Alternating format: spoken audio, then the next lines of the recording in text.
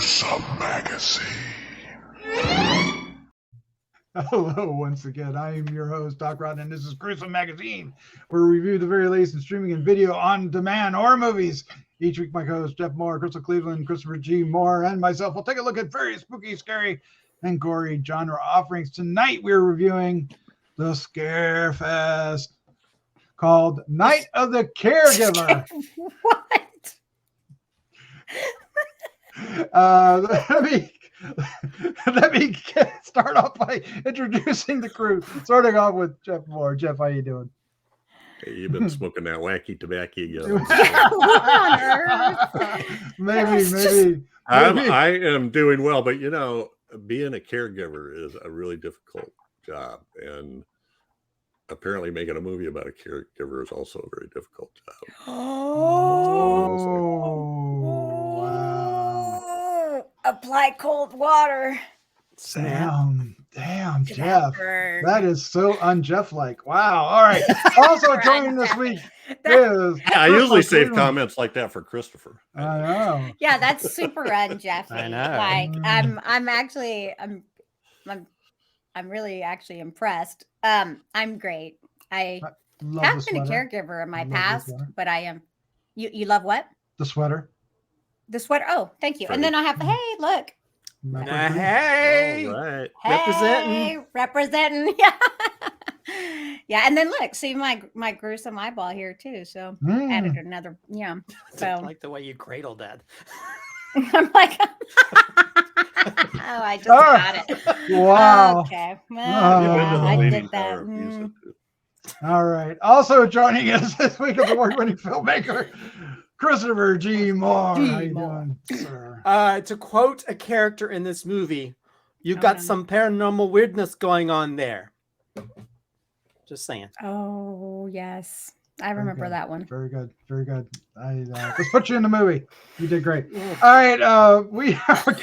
We're going to review Night of the Caregiver. We're going to start off giving you our first impressions. Those first impressions will be hilarious. No, they will be spoiler-free.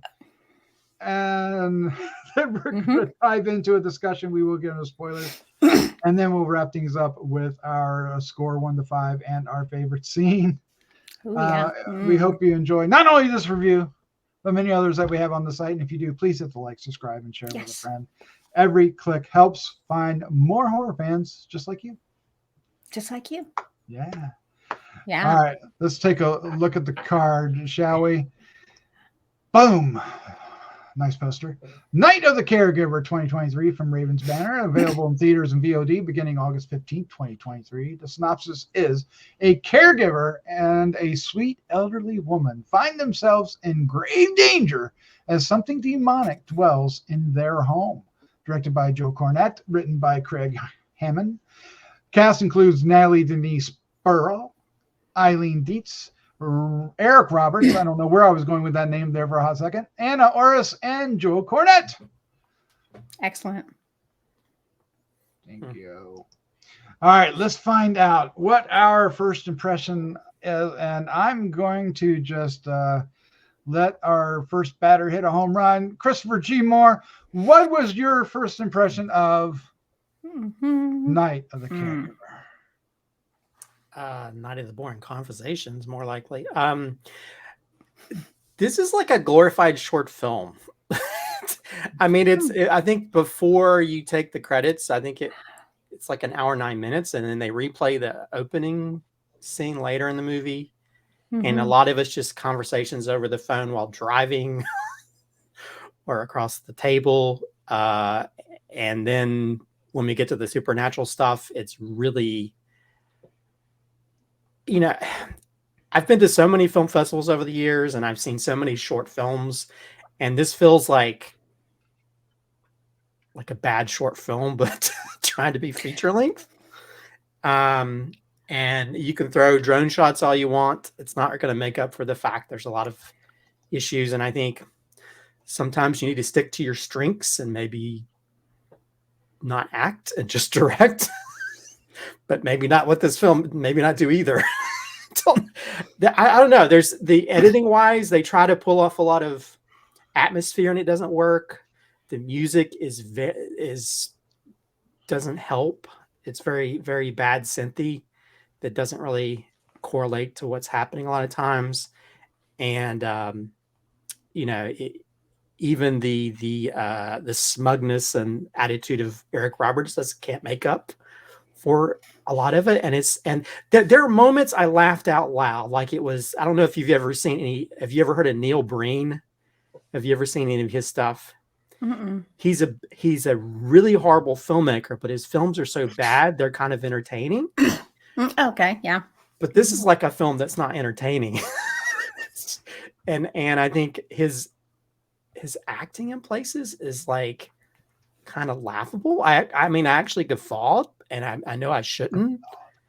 And the dialogue, and there's like, this film is like 70% exposition. It's people over explaining stuff. And even the actors who did the voice from The Exorcist can't save it. And I feel like the look of the monster is probably supposed to correlate to that face that shows up in The Exorcist, but it just looks like a really bad. Mm-hmm. It looks like a really bad makeup job. Like somebody you ever seen the Turtles video where the kid's got makeup on his face and I like turtles? It looks like that. It's not scary. I hate to, I don't know. This film, I was like, what is going on here? It's everything doesn't work. The editing doesn't work. The way they try to sell the scares doesn't work. And it just made me feel sad for some of the people that are in it. I really don't. Anyway, I feel like I'm giving a full impression, but this is my first impression. I just let me stop before I say anything I regret. Okay, I don't already regret. I think we got the we got the idea. Yeah, Jeff Mohr, sir. What was your first impression of Night of the Caregiver? I'm trying to be. Thought you were frozen there for a hot second. Well, the first thing I wrote down was no. And I'm sorry. And again, y'all put out a film. I was reading some stuff today about. I think it was Jimmy Sangster talked about. Somebody asked him about number of setups, and he goes, "Well, it's not the number of setups. It's time to film." And he aimed for getting 3 minutes of stuff on film per day. And I thought, holy crap, I never even thought about it that way. So anyway, I can't even imagine doing that. So kudos for that. I liked Eric Roberts. I liked Eileen Dietz. The story is not particularly. That's okay. Go ahead. What? Eileen Dietz. You said Deckard. It's okay. Yeah. But keep going. Sorry, didn't mean to interrupt. Well, Dietz. I'm sorry, Eileen Dietz. No, you should correct me if I say something stupid. That's not stupid. Oh, well, maybe not that often.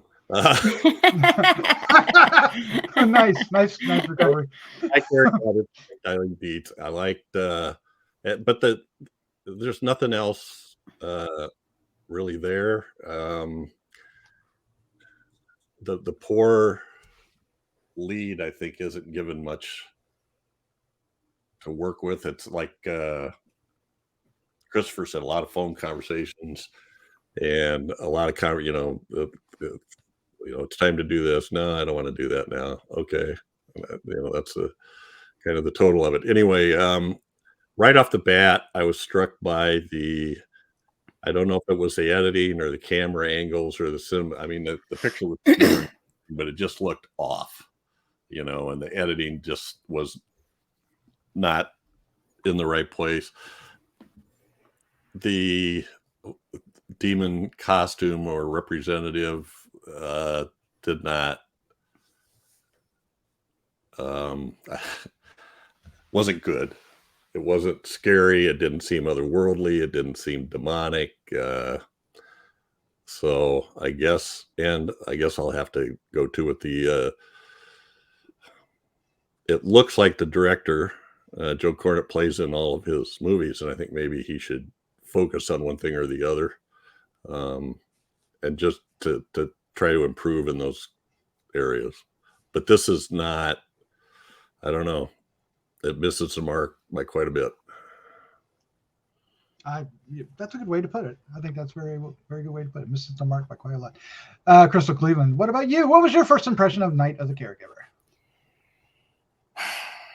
Okay, well, I think we're simpatico on this film. Unfortunately, I went in, I didn't know anything about the film, and it starts off with a scene that they actually show further into the film, which is fine. I think Christopher is spot on when he says that this feels like a short film, and it feels like it should be a short film. Mm-hmm. So here's the thing about this. You have this story, and there is, like he said, a lot of exposition, but it still doesn't make any sense. It really doesn't make any sense. It's odd. It's an odd bird. And the way the lead just goes up and down and up and down and up and down, it's weird. She gets so freaked out, and then she's like, oh, okay. So freaked out. Oh no, everything's okay. Yeah, that doesn't feel natural or right. The acting, it is pretty unfortunate. Some of it was better than others. I'm just not going to say names or name anyone, but if you watch, you'll see. It's pretty obvious. I have to be bothered. I want to find something to compliment this movie about, because it's one of the things that I really like doing when I watch a film. And I feel like there's got to be a compliment in there somewhere. And I could say that the biggest compliment I can give is the house was beautiful. I love the Spanish style homes, and I love that they had black walls and a black exterior, and that was nice. And that's probably the biggest compliment I can give, which is really unfortunate, because the cinematography wasn't great. And I don't understand. It blows my mind that you would have a movie where someone is using a flashlight in a bright room. It would be like me using a flashlight trying to look around right here, right now. And I think that's so disrespectful to your audience. I cannot be okay with that. That is why. What were you? I don't know that I've seen more poor choices in filmmaking than I have with this film. And that's pretty bad, because I've seen a lot of bad things. So, yeah. You've seen a lot of bad things. Oh, no. Yeah. And I've got a lot more in line for you here in the future. All right. Yeah. I love you for that. That's funny. Jeff, I just want to share with you that I made a mistake too. In the card at the beginning, I had this as Raven Banner, and it's not at all. That's me making a huge goof. So I want to just clear that up. The film is coming from ITN Distribution and October Ghost. So just clear that up. I'll clear it up in the text. The people who are watching it will have seen that, but I goofed. But this film, okay. I'm going to try to be a little more optimistic that at its core, there's a story in here that's,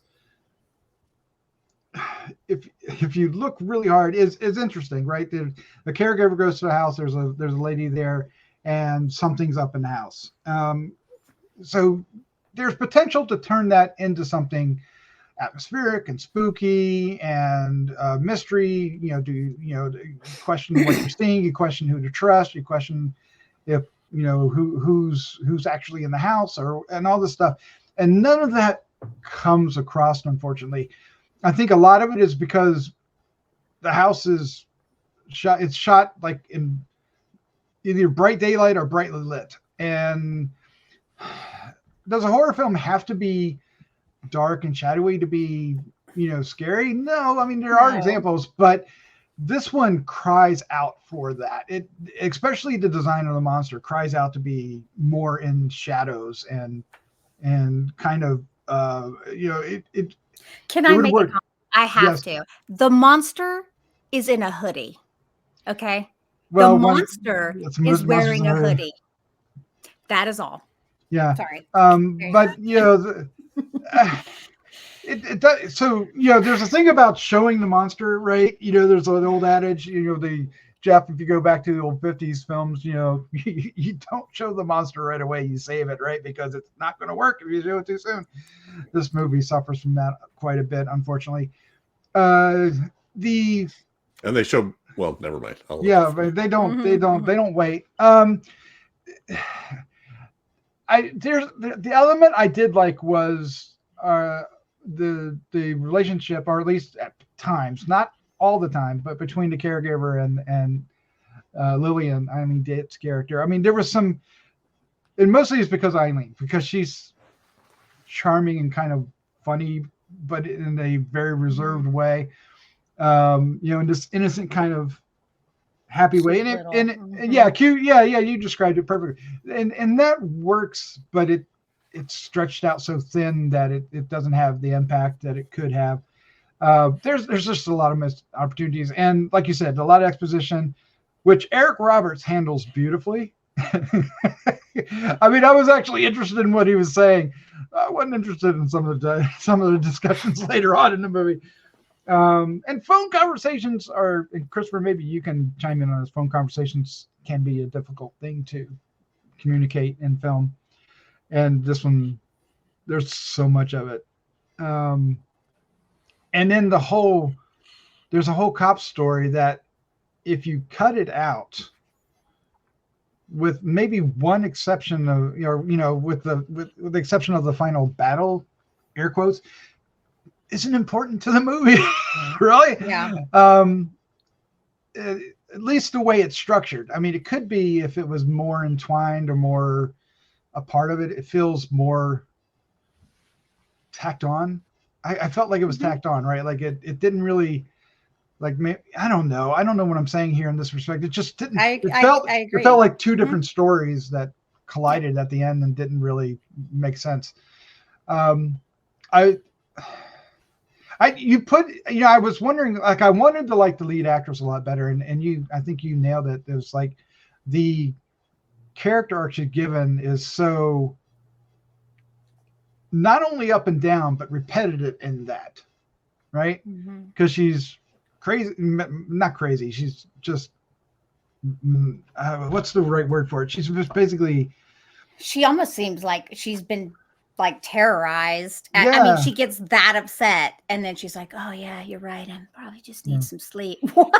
And then what? And then she gets so verbally abusive that it's so uncomfortable. It's like, so weird. And it's like, how has she not lost her job by? I know. Well, but at least it actually comes back around in a funny way. But all right, so that's my first impression. Is it's kind of like, what happened? What happened with this movie? Something didn't. Well, that's the thing. I think there's a lot of extraneous parts to it. A lot of stuff that's stretched out. There's some of these conversations that really don't add anything. You have the cop character. It just seems kind of tapped on to maybe give a role for the director, maybe. But literally, this could be a short film if you took out all the repetition and stuff. It might be an okay short film. But as for something that's being stretched out to a feature length, and it becomes just mind-numbingly just like, what the hell is going? And it's like, and they're I mean, granted, yeah, maybe if they just showed the hand and did more stuff in the background, maybe they could have pulled it off better. But even some of that stuff seemed just very tropish in a bad way, where they didn't know how to pull it off. Like when people, and we see this a lot of time with films where you have like, I'm going to make a horror film, and they try to replicate scenes they've seen. It doesn't really look the same. It looks off. It just feels kind of plastic, and so, and there's moments that feel like this, and granted, yeah, they, like Crystal said, I mean, the outside of the house, I was like, I'd like to live in the house. It's a pretty cool house. Yeah. Although they love the house a little bit too much towards the end, where they just show stuff throughout the house. Because I feel like I was watching one of those YouTube videos, like, that's welcome to my crib. It's like, okay, we get it. Yeah, they certainly shit in your house. They certainly place things. There's always these odd placements of these really cool items, like the typewriter and the big The elephant. elephant But- foot. Yeah. And so there's set dressing. It has that, right? Yeah, but when they repeat, there's like Yeah. a repetition of the gas mask thing or whatever near the fireplace. They show that shot again, the very same shot, and it almost felt like we need to pad this so that we can at least call it a feature film. It's at least it'll be close to 70 minutes. But it's like, yeah, if you took out all that stuff, if you took out the repetition of that one scene they throw at the beginning, that really doesn't make you want to watch the rest because it's really that lackluster. I mean, it's so stretched out, and yeah, it makes me feel bad for Eileen Dietz. It makes me feel bad even for Eric Roberts, who, at least Eric Roberts, he's doing what he does for his day player role in this. He's, he at least the lackluster dialogue and the boring dialogue, at least he had something to it. And then to have when he's compared to the director's role in the film, who just, oh wait a minute, I think I wrote down one of his lines. What was he saying? Because he has like, "What's your name, Juliet? If you survive the night, Juliet, the bitch will be defeated." He literally says it like that, like he's reading off a cue card. It's like, oh my god, what? Or if he's like, he even said earlier, like, "Come with me."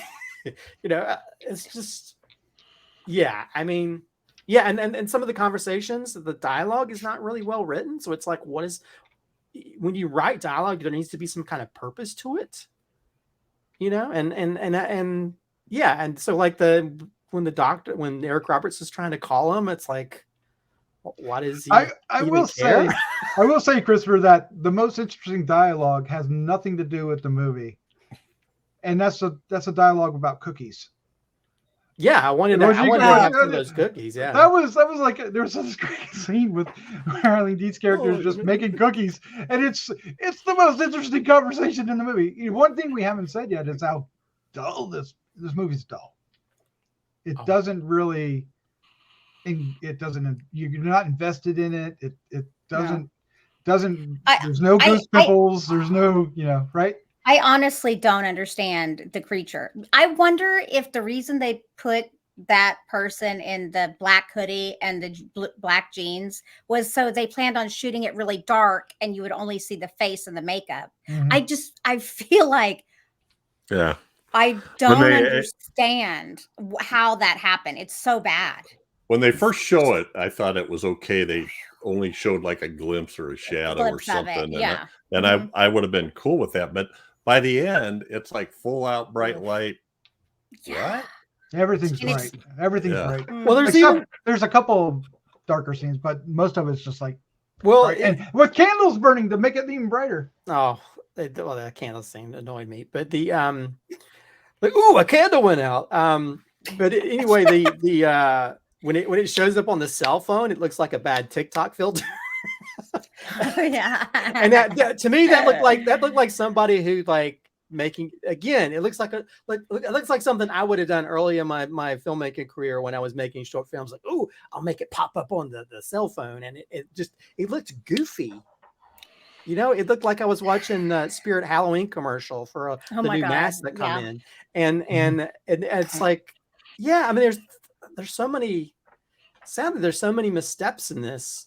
It didn't really feel like everybody was on the same page with the movie they're making. Nothing was scary. Yeah, and you talk about like, yeah, I was laughing because like you mentioned her using a flashlight in a well-lit room, because there's one part where her hand comes around the corner. I was like, why is she putting her hand around the edge of the door? And I was like, oh, wait a minute.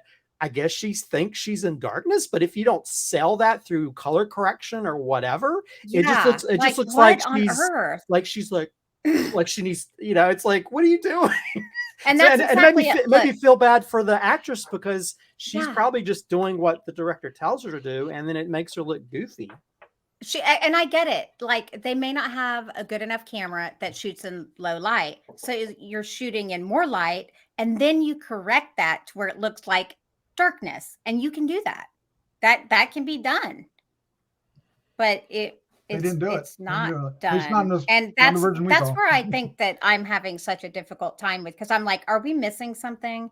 Did they send this out with that? Because I think that would, it's not going to fix all the issues with the movie, but it would help immensely, and it would make things make a lot more sense as far as the flashlight, and yes, like her reaching around. And but literally in one scene, you know, you see, I don't know if they did shoot it during the day, but in a photo frame, I couldn't tell if it was actually an octagon light box or if it was literally the sun coming through from their window. Either way, neither one of those things should be seen. They should have just taken it down and moved it so that it didn't show up, you know, like when it's going up the stairs, you know, you could just reflecting. I'm like, those are things that you can't do in a feature film if you want it to be good. Those are things you can't miss. And I know it's hard. It's hard work making a film, but I think maybe he needs to make more short films in order to get better, to make a better feature film.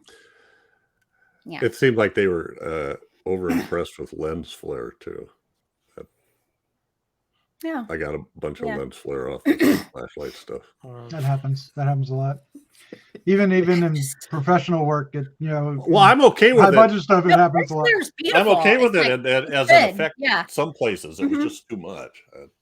Yeah, like no, lens flares are pretty. Like, I mean, you know, J.J. if they're Abrams done does it the best, right? properly, but I just wonder. It's got to be that they planned on like darkening it, and then I don't know who edited it. I don't know who color graded it.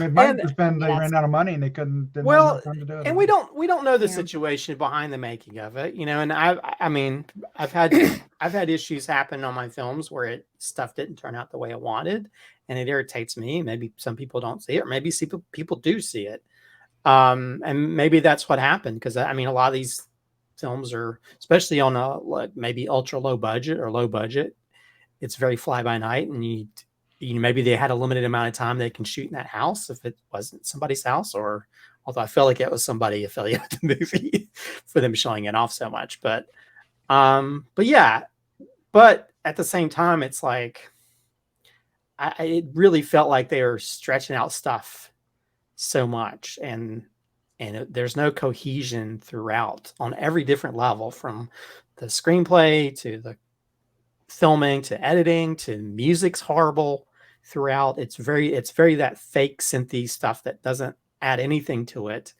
The effects stuff, I think there's only maybe one good effects thing that involves the throat being slit, but even that's like another one where they tear it. So yeah. So I mean, that's probably, there's a few places like that, or maybe up in the attic or the bodies and stuff, but that's not enough to really make up for all the issues that are throughout this, you know. And again, they add I think the calling card a lot of times are the drone shots too, because now they can pull off these really cool long drone shots that, to me, now it just ends up pulling me out of it if they use it too long. I'm embarrassed to say the jump scare with the spider.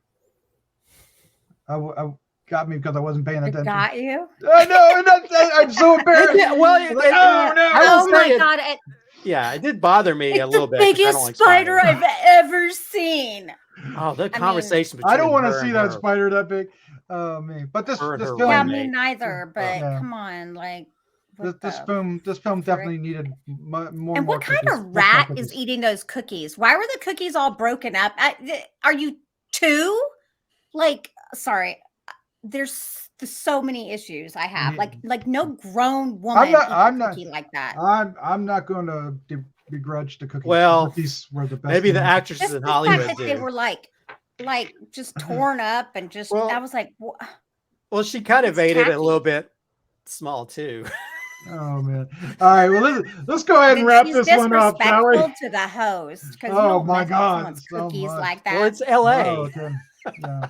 All right. Let's go ahead and wrap this up. Let's give our final thoughts, our score, and no final thoughts. Our score and favorite scene. Yes, no final thoughts. We're just score and favorite scene. Christopher.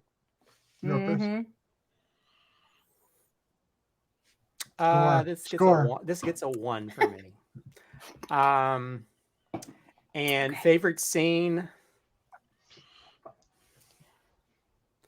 I'll say there's one cool shot, and that's when she's hiding in the bathroom, and Eileen Dietz's character is at the top, and it's kind of like canted, and it kind of moves, kind of rotates a little bit. And that was the only sense of style that I appreciated in the whole film. No, that's good catch. I like that. Jeff Mohr, sir. Score, favorite scene. I'm going 1.5. Very good. And that's for Eileen Dietz and Eric Roberts. But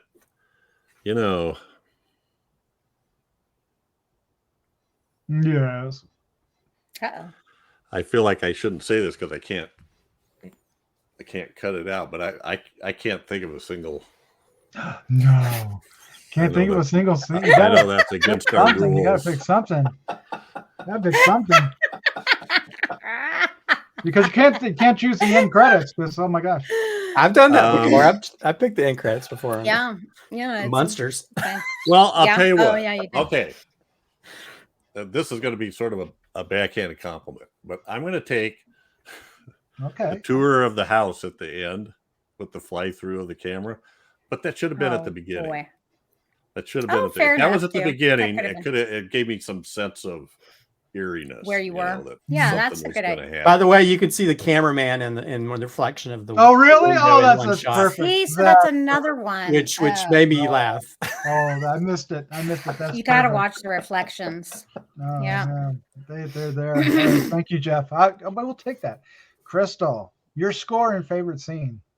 I'm going to also give it a 1.5. And my favorite scene was finding the old nurses. I thought the bodies looked okay. Oh yeah, the attic scene. Yeah. Mm-hmm. I think that there was ways to improve. Like, he was literally coming there for his mother. I think they should have made up the sign for his mother with the name. They could have made that impact. She does have the little flashback to that. She's like, yeah, she's there. But they could have actually shown like the tag. I know they tried to, but it didn't actually like totally resonate there. But I do think the dead bodies looked pretty cool. And then, someone, I guess she was still alive, or haunted or something. I don't know. That was mid. Yeah, I mean that would have been my pick. Yeah. I gotta pick something else. I'm gonna go with you guys. It deserves a 1, but I'm giving it a 1.5 out over Eileen and Eric Roberts, just like Jeff did. But yeah, I'm sorry, people made this movie. It deserves a 1. Okay, so I actually can give you 2. So I'm gonna give you 2 other favorite scenes. The cookie scene. I've already said the cookie scene. I don't know why, but I love that stupid cookie scene where she goes around and just, how did you learn how to make these so good? Oh, patience. I just love it. It was just great in all the bad ways. But there's another scene where she's in the bed and she just looks back. She rolls over away from the camera, but then looks back and just does this giggle smile, and it's kind of innocently devious. Which is an oxymoron of some sort, but it just works. And I was like, needs more of that. That really sell it. It could have done that like every time she looked away. If they did something like that, it would have been like, ooh. But anyway, Eileen Dietz was great at that. That part I thought. But she's so cute. She needs better movies. Well, true. All right, that's something. There you go. Do it. There you go. That's our review for Night of the Caregiver. Check it out in theaters or on VOD, and let us know what you think about it in the comments down below. I gotta hear what you think. All right, Jeff, Crystal, Christopher, thank you for joining me. Still a lot of fun. I always enjoy these. Always. Thank you. Thanks for having us. It was super fun. Sell it. All right, let's get out of here. Let's say good night. Good night. Good night, everybody.